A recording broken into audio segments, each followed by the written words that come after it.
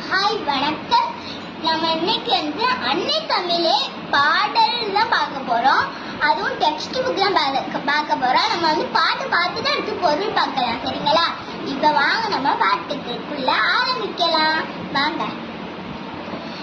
அன்னை அன்னை தமிழே, அன்னை தமிழே, என் ஆவி கலந்தவளே, என்னை வளர்ப்பவளே, என்னில் வளர்ப்பவளே, உன்னை புகழ்வதற்கே உலகில் பிறப்படுத்தேன், சொல்லில் விளையாட சொல்லில் தந்தவளே, சொல்லில் உனது புகழ் சொல்ல முடியலே. நான் காமராசர். இப்ப நம்ம பாடலோட பொருள் பார்க்க போறோம். வாங்க பார்க்கலாம்.